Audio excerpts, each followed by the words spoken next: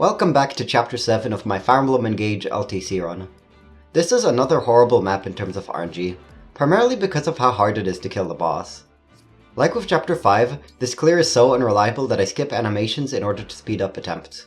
Enemy phase will be played out normally, however. We start off by having a few units intentionally take damage while adjacent to each other in an L formation. We set this up on the lower enemy for reliability. He has a hidden trait wherein he can't dodge any of our attacks, and he has a javelin equipped with reasonable accuracy. I say that as Lapis dodges a counter hit. This setup allows Alear to maximize her XP gain by healing all three of them simultaneously when using the Makai ring. It's possible to get an extra target by sending Alfred down into the formation, but we're actually going to send him up to serve as a distraction. Meanwhile, Vander and Yunaka will charge forward, and some other units will be lying around to help burn random numbers, mostly next turn. Our main boss killers for this clear are Vander and Yunaka, for a few reasons. This map has a rather high enemy density, so our units need to have reasonably good survivability. Yunaka has high avoid thanks to her speed and a Sigurd engraving, as well as actually respectable defense and resistance stats, boosted by cooking as well as having Selka equipped. Vander just has solid bulk overall, and faces no chance of death with this strategy.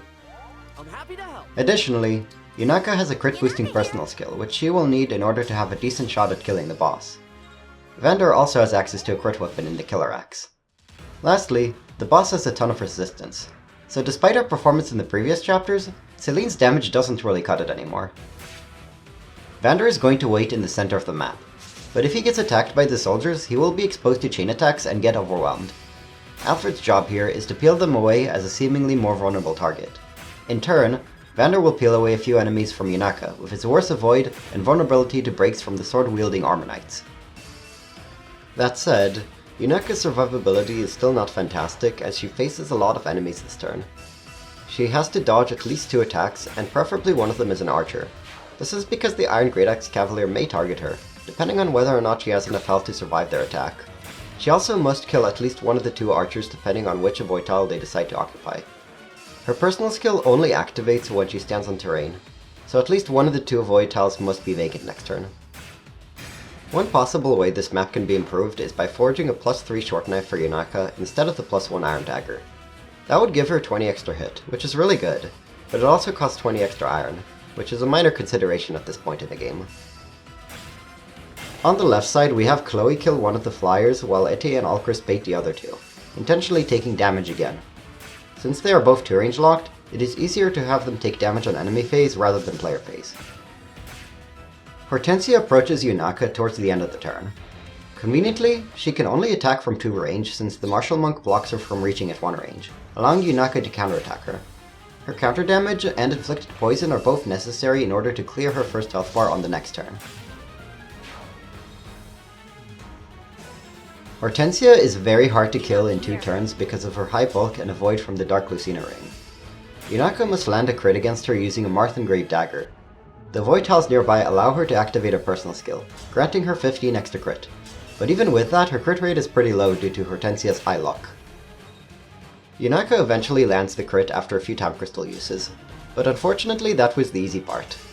Vander must land a crit as well, and his hit rate is terrible in comparison. It takes the remainder of our time crystal uses to land the second crit. Alear uses a team-wide Great Sacrifice after Yunaka kills the first health bar. Most of our units have already taken damage in the process of burning random numbers. Of course, if they haven't and Yunaka gets lucky, then we have to manually set up this Great Sacrifice anyway. Chloe bails out Vander from the enemy prison so that he can reach the boss. It is very preferable that the Iron Great Axe Cavalier attacked him from the left or above so that Chloe can specifically target him and obtain the weapon. Though, given the difficulty of this chapter, it is not really worth resetting if this doesn't happen. One regret I have for this chapter is not inheriting hit +10 on Vander, because I plan to get Cantor instead later.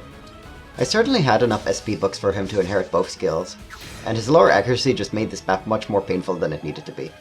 Thankfully, after enough persistence, Vander finally crits the boss and ends the map in 2 turns.